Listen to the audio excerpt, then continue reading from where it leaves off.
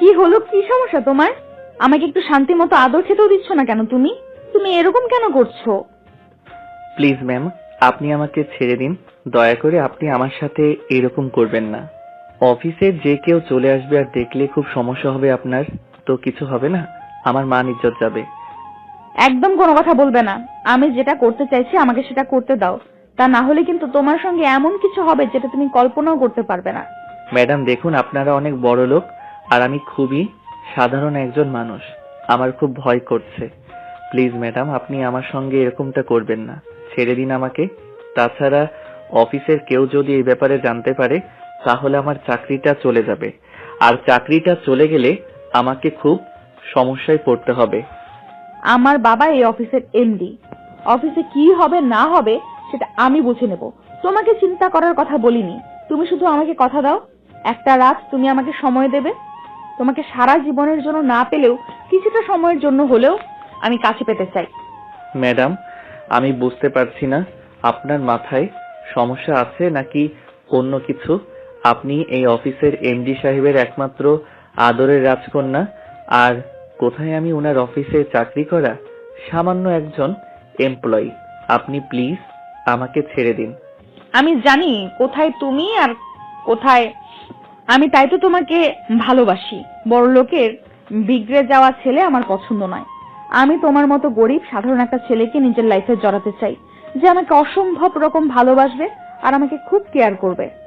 দেখুন ম্যাডাম, আপনার খামখেয়ালি পোনা পরিপূর্ণ করার জন্য পৃথিবীতে অনেক ছেলে মানুষ রয়েছে, কিন্তু আপনি আমাকে ছেড়ে দিন। আমি আপনার এই প্রস্তাব মেনে নিতে পারবো না, কারণ আমি আমার ফ্যামিলির একমাত্র উপার্জনক্ষম ব্যক্তি। আমি আমার নিজের জন্য ফ্যামিলিকে কোনো কষ্ট দিতে চাই না। আমি তো তোমার ফ্যামিলিকে কষ্ট দেওয়ার কথা কোনোদিন বলিনি, আর বলবোও না, কারণ আমি জানি একটা বাবা মায়ের কাছে তার সন্তান কেমন হয়। তাই আমি সে ব্যাপারে কখনো তোমাকে বলবো না। কিন্তু আমি তোমায় ভালোবাসি, তোমাকে কাছে পেতে চাই। এইভাবেই কথা কাটাকাটি করছিল নেহা আর নীল। তখনই হঠাৎ নেহার ফোনটা বেজে ওঠে। নেহা মোবাইলটা হাতে নিয়ে দেখে তার বাবা তাকে ফোন করেছে। তাই সে ফোনটা রিসিভ করে, হ্যালো, আসসালামু আলাইকুম আব্বু, কি হয়েছে? ওয়ালাইকুম আসসালাম মামুনি, আমি শুনলাম তুমি নাকি অফিসে এসেছো। একবার আমার কেবিনে এসো, আমি তোমার সঙ্গে কিছু কথা বলতে চাই। আচ্ছা ঠিক আছে আব্বু, কোনো সমস্যা নেই। আমি কিছুক্ষণের মধ্যেই তোমার সঙ্গে দেখা করছি। আসলে একটা দরকার পড়েছিল তাই এসেছিলাম। এই বলে নেহা ফোনটা কেটে দিল আর নীলকে ছেড়ে দিয়ে বলল, আমি আজকে আব্বুর সঙ্গে তোমার ব্যাপারে কথা বলবো, আর যত দ্রুত সম্ভব তোমাকে আমি আমার করে নেওয়ার চেষ্টা করব। না ম্যাডাম, আপনি সেটা করবেন না, আর আমি নিজেও আপনার এই প্রস্তাবে রাজি নই। আমি তোমার কোনো কথা শুনতে চাই না। আমার একটাই কথা, সেটা আমি তোমাকে বলে দিয়েছি। আর কোনো কথা আমি শুনবো না, আর এটাই আমার প্রমিস। দেখুন ম্যাডাম, আমি আপনাকে তখনও বলেছি আর এখনো বলছি, আপনার খামখেয়ালি পনার জন্য আপনি একটা ছেলের জীবন এভাবে নষ্ট করে দিতে পারেন না। প্রথমত, আপনি এই অফিসের এমডি স্যারের একমাত্র আদরের রাজকন্যা, আর দ্বিতীয়ত আপনি আমার চাইতে বয়সে বড়। শোনো, তোমাকে আমি আগেও বলেছি আর এখনো বলছি, বয়স কখনো প্রেম ভালোবাসায় ম্যাটার করে না। এখানে সবকিছুই মন মানসিকতার উপর ডিপেন্ড করে। আমি কাকে ভালোবাসলাম, আমি কার কাছে ভালো থাকবো, কে আমাকে কতটা ভালো রাখতে পারবে, সেই বিষয়েই কনফার্ম হওয়া উচিত। ম্যাডাম, আপনি যাই কিছু বলুন না কেন, আপনার আমার মধ্যে আকাশ পাতাল ফারাক। কারণ আপনি আমার চাইতে বয়সে 2 বছরের বড়। তার চাইতে বড় কথা হলো আমি পড়াশোনা প্লাস চাকরি দুটোই করছি। কারণ এই মুহূর্তে আমার নিজের পড়াশোনা চালানোর সামর্থ্য আমার ফ্যামিলির নেই। আর দ্বিতীয়ত, আমার ফ্যামিলির আর্থিক অবস্থা খুবই খারাপ। আমার বাবা খুব অসুস্থ, তাই বাবার চিকিৎসা খরচ থেকে শুরু করে সবকিছুই আমাকে বহন করতে হচ্ছে। আমি তোমার সঙ্গে এ ব্যাপারে পরে কথা বলবো। এখন আমি আগে আব্বুর সঙ্গে কথা বলে আসি, আর আব্বুর কাছে আজ আমি তোমার ব্যাপারেই কথা বলবো। অতঃপর নীলকে আর কোনো কথা বলার সুযোগ না দিয়ে নেহা সেখান থেকে বের হয়ে সোজা তার বাবার টেবিলে চলে গেল আর তার বাবার সঙ্গে কথা বলতে থাকলো। হ্যাঁ আব্বু, বলো, তুমি আমাকে কি জন্য ডেকেছো?